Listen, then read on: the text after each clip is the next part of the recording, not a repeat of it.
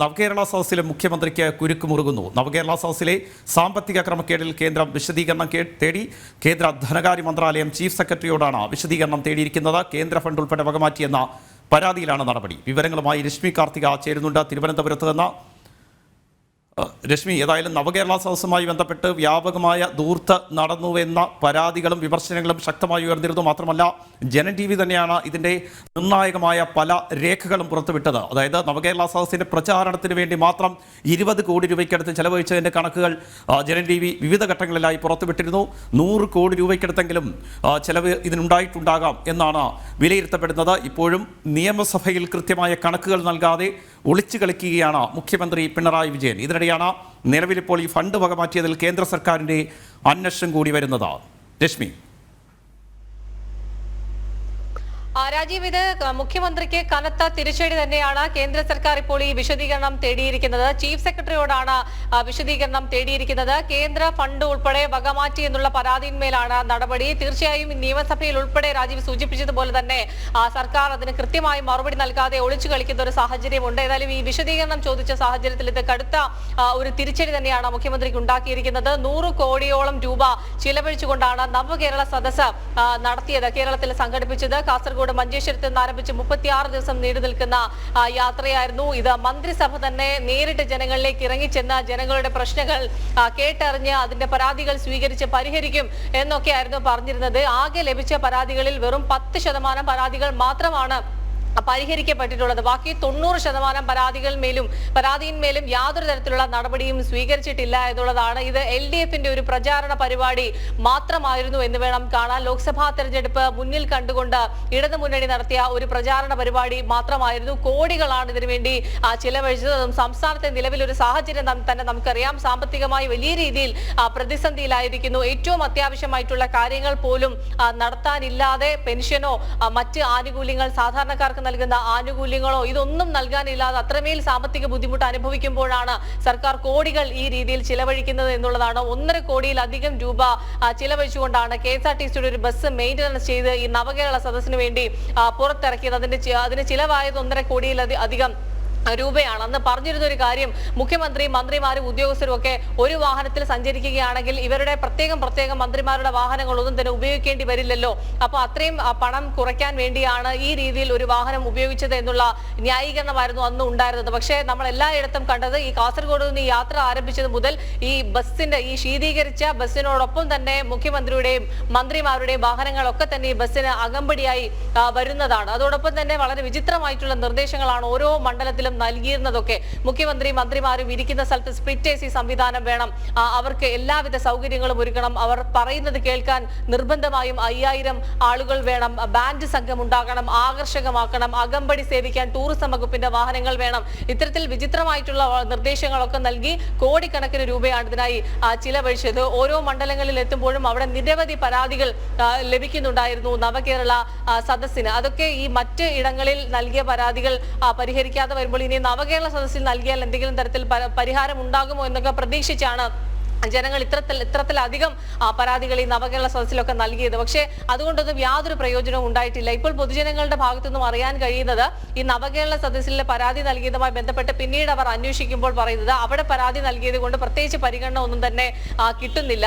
സാധാരണയായി നിങ്ങൾ ഏത് രീതിയിലാണോ, ഓൺലൈനായിട്ടാണെങ്കിൽ അങ്ങനെ, അല്ലാതെ എങ്ങനെയാണോ അപ്ലൈ ചെയ്യുന്നത് ആ രീതിയിൽ വീണ്ടും ഒന്നുകൂടി അപ്ലൈ ചെയ്യണമെന്നുള്ളൊരു മറുപടിയാണ് ഉദ്യോഗസ്ഥരുടെ ഭാഗത്തുനിന്ന് ഉണ്ടാകുന്നത്. ഈ വില്ലേജിലൊക്കെ പോയി അത് നിഷേധിക്കപ്പെടുന്ന ഒരു സാഹചര്യത്തിലാണ് ഈ നവകേരള സദസ്സിലൊക്കെ പരാതി കൊടുക്കുന്നത്. ഇപ്പൊ വീണ്ടും തിരിച്ച് അവിടേക്ക് തന്നെ പോയി പരാതി കൊടുക്കണം, വില്ലേജിൽ തന്നെ സമീപിക്കണം എന്നുള്ള നിർദ്ദേശമൊക്കെയാണ് ഈ ജനങ്ങൾ ഈ ഉദ്യോഗസ്ഥരെയൊക്കെ സമീപിക്കുന്ന സമയത്ത്, ഓഫീസുകൾ സമീപിക്കുന്ന സമയത്ത് അവർക്ക് ലഭിക്കുന്ന ഒരു മറുപടി. അത് ഇൻഷുറൻസിന്റെ കാര്യമാണെങ്കിലും പട്ടയത്തിന്റെ കാര്യത്തിലാണെങ്കിലും വീടിന്റെ കാര്യത്തിലാണെങ്കിലും ഇത്തരത്തിൽ നിരവധി പരാതികളാണ് നവകേരള സദസ്സിൽ ലഭിച്ചത്. ഇതിലൊന്നും തന്നെ പരിഹാരം കണ്ടിട്ടുമില്ല. മാത്രമല്ല എത്ര കോടി രൂപ ചിലവഴി ആദ്യഘട്ടത്തിലൊക്കെ സ്പോൺസർഷിപ്പിലൂടെയാണ് ഈ പരിപാടി സംഘടിപ്പിക്കുന്നത് എന്നുള്ളതായിരുന്നു മുഖ്യമന്ത്രി, മന്ത്രിമാരും ഒക്കെ പറഞ്ഞിരുന്ന ഒരു കാര്യം. സ്പോൺസർഷിപ്പിലൂടെ ആണെങ്കിൽ എത്ര രൂപ കിട്ടി, എത്ര ചിലവായി, ഈ കാര്യങ്ങളിൽ ഒന്നും തന്നെ കൃത്യമായൊരു മറുപടി സർക്കാരിനില്ല. അതിലാണ് ഇപ്പോൾ കേന്ദ്ര ഇടപെടൽ നടത്തിയിരിക്കുന്നത് എന്നുള്ളതാണ് ഏറ്റവും പ്രധാനപ്പെട്ട കാര്യം. ഏതായാലും ഈ വക മാറ്റി തുക ചെലവഴിച്ചു എന്നുള്ളത് വളരെ വ്യക്തമായിട്ടുള്ള കാര്യമാണ്. ആ റിപ്പോർട്ടിന്റെ അടിസ്ഥാനത്തിൽ കേന്ദ്രം ചീഫ് സെക്രട്ടറിയോട് വിശദീകരണം തേടുമ്പോൾ എന്ത് മറുപടിയായിരിക്കും പറയുക എന്നുള്ളതാണ്. ഇതുവരെ കൃത്യമായിട്ടുള്ള ഇതുമായി ബന്ധപ്പെട്ടുള്ള ഒരു കാര്യങ്ങൾ കാര്യങ്ങളും വെളിപ്പെടുത്താൻ ലക്ഷ്മി, നിയമസഭയിൽ പോലും മുഖ്യമന്ത്രി ഇതുവരെ മറുപടി നൽകിയിട്ടില്ല. പിന്നെ ചീഫ് സെക്രട്ടറി കൃത്യമായ കണക്കുകൾ നൽകുമ്പോൾ തീർച്ചയായും അത് പുറത്തു വരികയാണെങ്കിൽ സർക്കാരിനെ അത് പ്രതിരോധത്തിലാക്കുമെന്ന കാര്യത്തിൽ സംശയമില്ല. പ്രത്യേകിച്ചും പ്രതിപക്ഷവും അതുപോലെ തന്നെ മാധ്യമങ്ങളും ഒക്കെ ചൂണ്ടിക്കാണിച്ച പോലെ 100 കോടി രൂപയ്ക്കടുത്താണ് നവകേരള സദസ്സിനായി ചെലവഴിച്ചത്. ഇപ്പോൾ ലക്ഷ്മി തന്നെ പറഞ്ഞതുപോലെ ആർക്ക് എന്ത് പ്രയോജനമെന്ന ചോദ്യം ഒരു വശത്ത് ഇങ്ങനെ ഉയർന്നുകൊണ്ടിരിക്കുകയാണ്. ഇതിനിടെയാണ് എന്തായാലും കേന്ദ്ര സർക്കാരിന്റെ കൃത്യമായൊരു ഇടപെടൽ ഈ വിഷയത്തിൽ ഉണ്ടാകുന്നത്. കേന്ദ്രത്തിന്റെ ഇടപെടൽ ഉണ്ടായതോടുകൂടി ഇനി ഇതിന്റെ കണക്കുകൾ പുറത്തു വരികയാണെങ്കിൽ അത് ശരിക്കും മുഖ്യമന്ത്രിയെ കുരുക്കിലാക്കും എന്നുള്ള കാര്യത്തിൽ യാതൊരു തർക്കവുമില്ല. പല തലങ്ങളിൽ നിന്ന് ചോദ്യം ഉയർന്നിരുന്നു, നിയമസഭയിലടക്കം ചോദ്യം ഉയർന്നിരുന്നു. അവിടെ നിന്നൊക്കെ ഒഴിഞ്ഞു മാറുന്നൊരു സമീപനമാണ് മുഖ്യമന്ത്രിയുടെ ഭാഗത്തു നിന്നും ഉണ്ടാകുന്നത്. സംസ്ഥാനത്തിന് ഒരു സാഹചര്യം പ്രത്യേകം എടുത്തു പറയേണ്ടതുണ്ട്. കാരണം ഞാൻ നേരത്തെ പറഞ്ഞതുപോലെ തന്നെ വീണ്ടും ആവർത്തിക്കുകയാണ്, ഈ സംസ്ഥാനത്ത് പല അത്യാവശ്യമായിട്ടുള്ള കാര്യങ്ങൾ, സർക്കാർ ജീവനക്കാരുടെ ശമ്പളം പോലും ചരിത്രത്തിൽ ആദ്യമായി മുടങ്ങുന്നു. KSRTC ജീവനക്കാർക്ക് പണമില്ല, കർഷകർക്ക് നെല്ല് സംഭരിച്ചതിനു ശേഷം അവർക്ക് നൽകാൻ പണമില്ല, സ്കൂൾ ഉച്ചഭക്ഷണ പദ്ധതിക്ക് പണമില്ല. ഇത്തരത്തിൽ എന്തൊക്കെ കാര്യങ്ങൾ. ഏറ്റവും ഒടുവിലായി നമ്മൾ തന്നെ പുറത്തുവിട്ടൊരു വാർത്തയാണ്, ഈ സർക്കാർ വാഹനങ്ങൾക്കും പോലീസിലെ വാഹനങ്ങൾക്കും ഇന്ധനം നിറയ്ക്കുന്നതിൽ പോലും പണമില്ലാത്തത് കൊണ്ട് അടുത്ത മാസം 1-ാം തീയതി മുതൽ ഈ സർക്കാർ വാഹനങ്ങൾക്കും പോലീസ് വാഹനങ്ങൾക്കും ഇന്ധനം നൽകുന്നത് പമ്പുടമകൾ നിർത്തിവെക്കുന്നു എന്നുള്ളത്. അത്രമേൽ ഗതികെട്ട രീതിയിലാണ് സംസ്ഥാനം മുന്നോട്ട് പോകുന്നത്. ഇന്ധനം നൽകിയ വകയിൽ 2000 കോടിയാണ് കുടിശ്ശിക. പോലീസ് വാഹനങ്ങൾക്ക് മാത്രം 200 കോടി. ഈ ഒരു രീതിയിൽ ഏറ്റവും അടിസ്ഥാനപരമായി ലോക്സഭാ തെരഞ്ഞെടുപ്പ് അടുത്തിരിക്കുന്ന വേളയിൽ സർക്കാർ വാഹനങ്ങൾക്കും പോലീസ് വാഹനങ്ങൾക്കും ഒക്കെ ഡ്യൂട്ടി ഉള്ള ഒരു സമയമാണ്. അത്രമേൽ കാര്യങ്ങൾ ചെയ്യേണ്ട ഒരു സമയമാണ്. ആ സമയത്താണ് ഇന്ധനം അടിക്കാൻ പോലും നിവർത്തിയില്ലാതെ ബുദ്ധിമുട്ടുന്നു. പമ്പുടമകൾക്ക് ഭീമമായ തുക കുടിശ്ശികയായി നിൽക്കുന്നു. ഇത്രത്തോളം ഏറ്റവും അടിസ്ഥാനപരമായി ചെയ്യേണ്ട കാര്യങ്ങൾക്ക് പോലും സർക്കാരിന് പണമില്ലാതെ ബുദ്ധിമുട്ട് അനുഭവിക്കുന്ന വേളയിലാണ് യഥേഷ്ടം ഈ ധൂർത്ത് തുടരുന്നത്. ഈ നവകേരള സദസ്സിന് പുറമെ കഴിഞ്ഞ ദിവസം നമ്മൾ പുറത്തുവിട്ട വാർത്തയാണ്, ഈ ലോക കേരള സഭ ഉൾപ്പെടെ വീണ്ടും സംഘടിപ്പിക്കുന്നു എന്നുള്ളത്. വീണ്ടും എന്തിനാണ് ഇത്തരത്തിൽ സർക്കാർ ഈ അമിതമായി ഈ പണം ചിലവഴിക്കുന്നത്, ധൂർത്ത് നടത്തുന്നത്? കേരളീയമാണെങ്കിലും നവകേരള സദസ്സാണെങ്കിലും മുഖാമുഖമാണെങ്കിലും എന്തിനാണ് വീണ്ടും ഇത്തരത്തിൽ അനാവശ്യമായി ധൂർത്തിനു വേണ്ടി പണം ചിലവഴിക്കുന്നത്? അത് തന്നെ സംസ്ഥാനത്തിന്റെ സ്ഥിതി വളരെ ഗുരുതരമാക്കുന്നു, പ്രതിസന്ധിയിലാക്കുന്നു. സുപ്രീം കോടതിയിലടക്കം സർക്കാർ നൽകിയ സത്യവാങ്മൂലത്തിൽ ഈ ഒരു സംസ്ഥാനത്തിന്റെ ഒരു സാഹചര്യം എന്താണെന്നുള്ളത് പറയുന്നുണ്ട്. ഇതൊക്കെ അറിഞ്ഞുകൊണ്ട് തന്നെ വീണ്ടും ഇത്തരത്തിൽ പണം ചിലവഴിക്കുന്നു, ധൂർത്ത് നടത്തുന്നു, സാമ്പത്തിക മിസ്മാനേജ്മെന്റ്, കെടുകാര്യസ്ഥത.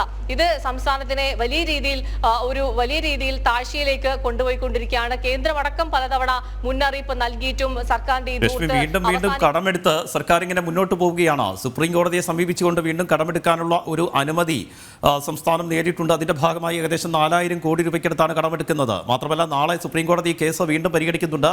വീണ്ടും സുപ്രീം കോടതിയിൽ സംസ്ഥാനത്തിന്റെ ആവശ്യമായി വരുന്നത് 13000 കോടി രൂപയ്ക്ക് മുകളിൽ വീണ്ടും കടമെടുക്കാൻ അനുമതി നൽകണമെന്നതാണ്. പക്ഷേ കേന്ദ്ര സർക്കാർ കൃത്യമായി ചൂണ്ടിക്കാണിക്കുന്നുണ്ട് സുപ്രീം കോടതിയിൽ, ഈ രീതിയിൽ സംസ്ഥാനം മുന്നോട്ട് പോവുകയാണെങ്കിൽ വലിയ രീതിയിലുള്ള പ്രശ്നങ്ങളിലേക്ക് കേരളം ചെന്നുപെടുമെന്ന് സുപ്രീം കോടതിയിൽ കേന്ദ്ര സർക്കാർ ചൂണ്ടിക്കാണിക്കുമ്പോഴും നയാ പൈസ കയ്യിലില്ല എന്ന് ചൂണ്ടിക്കാണിച്ചുകൊണ്ടാണ് വീണ്ടും കടമെടുക്കാൻ അനുമതി സംസ്ഥാനം തേടിക്കൊണ്ടിരിക്കുന്നത്. നയാ പൈസ കയ്യിലില്ല എന്ന് സർക്കാർ തന്നെ തുറന്നു സമ്മതിക്കുന്നു. അപ്പോൾ ഉയരുന്നൊരു ചോദ്യം, അപ്പോൾ എന്തിനാണ് ഈ ധൂർത്ത് വീണ്ടും തുടരുന്നത് എന്നുള്ളതാണ്. ഇത്രത്തോളം ഒരു സാമ്പത്തിക ഞെരുക്കത്തിലിരിക്കുന്ന സർക്കാരാണ് വീണ്ടും ജൂൺ 5, 6, 7 തീയതികളിൽ ലോക കേരള സഭയുടെ സമ്മേളനം സംഘടിപ്പിക്കാൻ തീരുമാനമെടുത്തിരിക്കുന്നത്. ഓരോ ലോക കേരള സഭ സമ്മേളിച്ചു കഴിയുമ്പോഴും 5 കോടിയിലധികം രൂപയാണ് ചിലവാകുന്നത്. അപ്പോൾ ഇത്രത്തോളം സാമ്പത്തിക പ്രതിസന്ധിയിലുള്ള സർക്കാർ അത് തിരിച്ചറിഞ്ഞ് മുന്നോട്ട് പോകാതെ വീണ്ടും ഇതേ രീതിയിലുള്ള പരിപാടികൾ സംഘടിപ്പിക്കുന്നു, ധൂർത്ത് നടത്തുന്നു, അനാവശ്യമായി വിദേശയാത്രകൾ നടത്തുന്നു. അതിനായി കുടുംബക്കാരെയും ഉദ്യോഗസ്ഥരെയും ഒക്കെ കൂട്ടി പല സമ്മേളനത്തിന്റെ പേരിലും വിദേശയാത്ര നടത്തി, കോടികൾ ചിലവഴിച്ച് ധൂർത്ത് നടത്തി ഇതേ രീതിയിൽ തന്നെ മുന്നോട്ട് പോകുന്നു. ഇപ്പോൾ സംസ്ഥാനത്ത് നിലവിലൊരു സാഹചര്യം എന്ന് പറയുന്നത് കടമെടുത്ത തുക അത് വീട്ടാൻ വേണ്ടി വീണ്ടും കടമെടുക്കേണ്ട ഒരു സ്ഥിതി.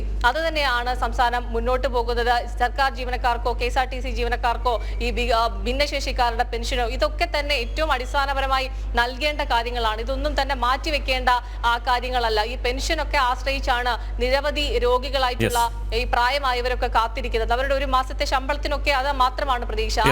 നവകേരള സദസ്സിലെ സാമ്പത്തിക ക്രമക്കേടിൽ വിശദമായ അന്വേഷണത്തിലേക്ക് കടക്കാനാണ് കേന്ദ്ര സർക്കാരിന്റെ തീരുമാനം. കേന്ദ്ര സർക്കാർ ഇതുമായി ബന്ധപ്പെട്ട നടപടികൾ തുടങ്ങിയിരിക്കുന്നു. സംസ്ഥാന ചീഫ് സെക്രട്ടറിക്ക് നിലവിൽ വിശദീകരണം തേടി കേന്ദ്ര ധനകാര്യ മന്ത്രാലയം കത്ത് നൽകിയിരിക്കുന്നു. വിശദാംശങ്ങളാണ് തിരുവനന്തപുരത്ത് നിന്ന് രശ്മി കാർത്തിക നൽകിയത്.